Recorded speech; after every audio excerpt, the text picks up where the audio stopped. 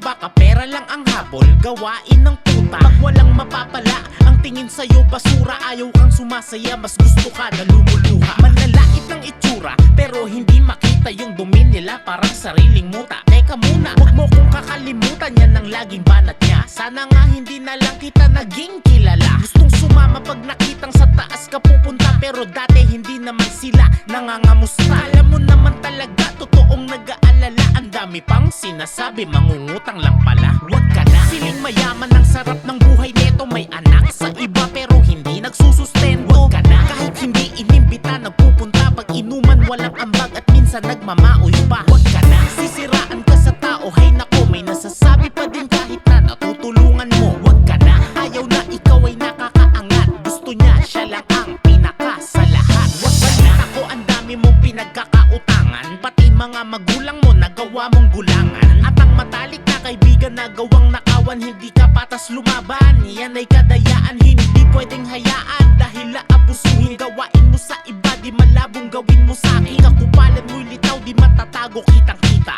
Binabraso mo kapag ang tao ay mahina. Kung merong mapapala, hindi ka nawawala. Basta makuha intensyon, walang pake sa babala. Ugali mong malala, kung san-san dinadala.